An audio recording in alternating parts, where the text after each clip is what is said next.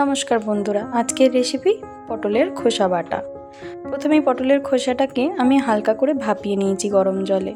আর তার সাথে দেখে নিলে আমি 7-8 কোয়া মতো রসুন কোয়া নিয়েছি, লঙ্কা নিয়েছি আর কালো জিরে।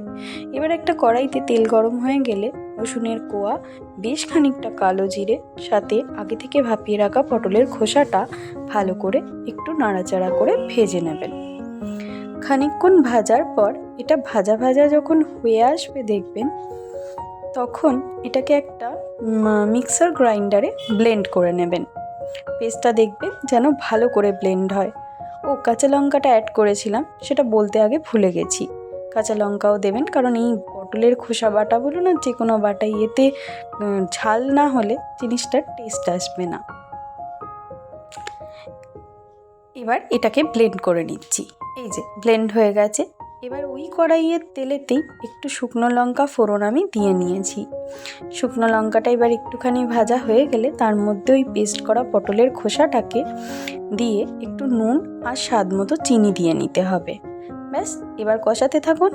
কষালেই দেখবেন আস্তে আস্তে কড়াইয়ের গা থেকে ছেড়ে যাচ্ছে পটলের খোসা বাটাটা।